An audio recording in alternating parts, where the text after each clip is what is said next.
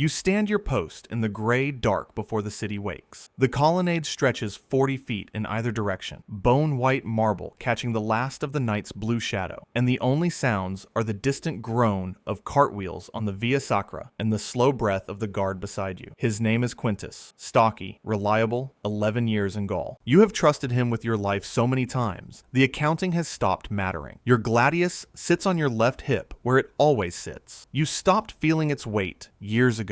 It is part of you the way your right hand is part of you. The way the habit of scanning doorways is part of you. Scan the colonnade, check the door, watch the stairs. You have performed this sequence 200 times in this corridor alone, and every time the world has confirmed that the sequence is sufficient. 9 days. 9 more days and you rotate out. There is a plot of land outside Capua with your name attached to a promise Caesar made to every loyal veteran of the Gallic campaign. Your wife is there. Your son is there, taller now than you remember from 14 months ago. You allow yourself in the pre-dawn quiet to think about that. The smell of turned earth instead of lamp oil. Silence that means safety instead of threat. You allow yourself this for exactly 3 seconds, which is 2 seconds longer than you should. The summons comes before sunrise. Caesar wants his household gathered. You take your position at the chamber threshold, close enough to hear everything, trained to register as furniture. Calpurnia is already speaking when you arrive. Her voice carries an edge you have not heard before, not in 14 months of this posting. She dreamed of his statue, she says. She dreamed of blood running down marble in sheets. According to accounts preserved across multiple ancient sources, she spent that night weeping and begging him to stay home, to send word of illness, to let the Senate wait one more day. You watch Caesar's face while she speaks. You have studied that face across a decade of campaigns. Learn to read it the way sailors read water. There is something moving behind his eyes, a genuine waver, the kind you saw once, only once, in a forest in Gaul when the ambush came from the wrong direction, and for half a breath even he did not know which way to move. Then Decimus Brutus arrives, a trusted man, an insider. He is laughing softly before he even fully enters the room, the easy laugh of someone who finds the situation gently absurd, and he reframes Calpurnia's dream with the patience of a friend who respects you too much to let you embarrass yourself. Would Rome's dictator, the man who broke the Helvetii and crossed the Rhine twice and made the known world reorganize itself around his name, would that man stay home because of a nightmare? Caesar straightens. The waiver closes. He thanks Calpurnia with a tenderness that costs him nothing and costs her everything, and then he calls for his toga. You fall into formation. You tell yourself this is correct. You tell yourself this because the alternative is a thought you do not have the architecture to hold. The procession moves south through Rome toward the theater of Pompey, where the Senate is temporarily convened while construction continues elsewhere. The streets are already loud with the ordinary violence of a Roman morning. Bread sellers and water carriers, and the particular chaos of a city that contains 1 million people and has decided today is unremarkable. You are scanning faces. This is the work. Wrong posture. Hand that doesn't swing naturally. Eyes that track a specific point instead of wandering. You are very good at this. 8 years in Gaul and 3 years on personal detail have made you into something close to a machine for reading threat, and this morning, the machine is finding nothing. A figure breaks from the crowd near the Temple of Saturn. He moves with the urgent shuffle of a man who has talked himself into doing something difficult and is afraid the courage will leave him before he finishes. He reaches Caesar directly, pressing a folded note into his hand, speaking quickly. Historians record this figure, sometimes named Artemidorus, as a teacher of philosophy who had learned of the conspiracy and spent the morning trying to find a way to deliver a warning. The note contains names. Caesar takes it. He glances at it. He tucks it into the bundle of documents he's already carrying, planning to read it later when there is time, when this ceremonial morning is finished and the real work begins. You are 4 feet away. You watch this happen. You cannot read the note from where you stand. You do not know what it says. At the base of your skull, something cold and voiceless stirs. The professional's animal awareness that something is infinitesimally, invisibly wrong. You look at the faces around you and find nothing. You keep moving. The theater of Pompey rises ahead, its curved stone face the color of old sand in the morning light. You reach the entrance, and the procedure is exactly what it has always been. The Senate chamber is sacrosanct. No armed guard crosses the threshold. This is Roman law, 5 centuries of it, the institutional bedrock that the Republic is built on, and you have accepted it without friction for every session of this posting. Today, your jaw tightens when you take your position outside the door. anymore. You cannot explain it. You stand as close to the entrance as protocol allows, which is not close enough, which has never been close enough. Though you are only understanding this now. The senators file past. Togas, scrolls, the unhurried confidence of men who belong here. You are looking for the wrong posture, the hand that doesn't swing naturally. You find nothing, because you are looking for one man with one weapon, and what is walking past you is 23 men who have already decided, in advance, in private, across weeks of careful conversation, in rooms you were never in. There is no single tell. There is no lone threat to isolate and neutralize. The danger is distributed across a roomful of familiar faces, and it has been coordinated, and it is already inside, and you are standing outside a door made of Roman oak that is about to close. It closes. The wait is long at first. Senate sessions have their own rhythm, a rising and falling of voices you have learned to treat as ambient noise. You watch the entrance. You watch the street. Quintus says something about the crowd being thin today. Fewer citizens gathered outside than usual, and you note this and file it without acting on it, which is the last professional mistake you will ever make. Then the acoustics change. Not a scream, not immediately. A sharp, collective sound, the kind your body has heard before in a different context, in forests and river crossings and the chaos outside walled cities. The sound of something irreversible beginning. You are moving before the thought forms. Your hand finds the door. You push against a current of men already pouring out. Senators with disordered togas and faces that have forgotten how to arrange themselves properly. And you force your way through because you are larger than most of them, and you have spent a decade moving through things that resist you. You reach the interior. You see the base of Pompey's statue first. There is an irony in this that you will understand later. Caesar dying at the feet of the man he defeated. The Republic's most famous corpse providing the backdrop for its next one. Then you see the crowd around the place where Caesar was. Then the crowd shifts, and you see the floor. You kneel. This is not a decision. Your legs make it. The marble is cold through the fabric of your uniform, and there is a great deal of blood, far more than you expected, because 23 wounds produce a quantity of blood that the imagination does not naturally prepare for. According to the physician who later examined the body, only one of those wounds was lethal. The other 22 were men making sure, or men following through on a commitment they had made in a room you were never in, or men who needed to feel the reality of the thing they had agreed to in the abstract.